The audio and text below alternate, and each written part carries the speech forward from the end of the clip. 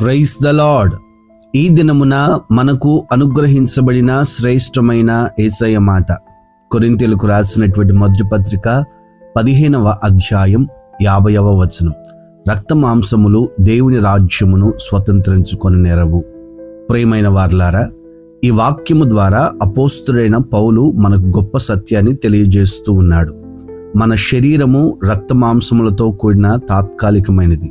ఈ శరీరం బలహీనముగా ఉంటుంది, పాపములో కలుషితముగా ఉంటుంది, క్షీణించేది. అలాంటి శరీరంతో దేవుని రాజ్యంలో ప్రవేశించడం సాధ్యం కాదు. దేవుని రాజ్యం పవిత్రమైనది, నిత్యమైనది. కాబట్టి రక్త మాంసములతో కూడిన మనిషి దానిని స్వతంత్రించుకోలేడు. ఇది మనకు గుర్తు చేస్తున్నది ఏమిటంటే, ఈ లోకములో మనం ఏ స్థాయికి ఎదిగినా, ఎంత సంపాదించినా, ఎంత బలము గలవారమైనా, రక్త మాంసములతో ఉన్నంత వరకు మనము దేవుని రాజ్యంలో ప్రవేశించలేము. మనకు ఒక క్రొత్త శరీరం కావాలి. ఆ శరీరము యేసుక్రీస్తు తిరిగి వచ్చినప్పుడు మనకు ఇవ్వబడుతుంది. కొరింథీయులకు రాసినటువంటి మొదటి పత్రిక 15వ అధ్యాయం 52వ వచనంలో, బూర మ్రోగును, అప్పుడు మృతులు అక్షయులుగా లేపబడుదురు, మనము మార్పు పొందుదుము. ప్రియమైన వారలారా, మన శరీరమును గూర్చి మనం ఎక్కువగా ఆలోచించవచ్చు. దానికి ఆహారం, దుస్తులు, సౌకర్యాలు అన్నీ ఇవ్వవచ్చు. కానీ దేవుని వాక్యం చెబుతున్నది, ఈ రక్త మాంసములతో కూడిన శరీరముతో మనము నిత్య జీవంలో ప్రవేశించలేము. అందుకే మన దృష్టి కేవలం శరీరముపై కాకుండా ఆత్మపై ఉండాలి. మన ఆత్మ పవిత్రముగా ఉండాలి. మనము క్రీస్తు రక్తము చేత శుద్ధులుగా మారాలి.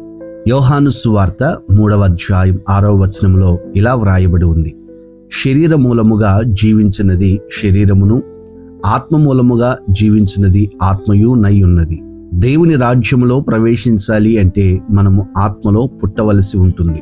యేసు నికోదేముతో చెప్పినట్లు, ఒకడు క్రొత్తగా జన్మించితేనే కాని అతడు దేవుని రాజ్యము చూడలేడని నీతో నిశ్చయముగా చెప్పుచున్నాను నేను. ఈ వాక్యం మనకు స్పష్టంగా చెప్తున్నది ఏమిటంటే, రక్త మాంసముతో మనము నిత్య జీవమును పొందలేము. కానీ యేసుక్రీస్తునందు మనం క్రొత్త సృష్టిగా ఆయన రక్షణను పొందినప్పుడు, పరిశుద్ధాత్మయందు మనము జన్మించినప్పుడు దేవుని రాజ్యములో భాగస్వాములవుతాము. ఈ మాటలు వింటున్న ప్రియ సహోదరుడా, సహోదరి, ఈరోజు మీరు బలహీనమైన శరీరంతో బాధపడుతున్నారా? లేదా శరీరపు వాంఛలతో పోరాడుతున్నారా?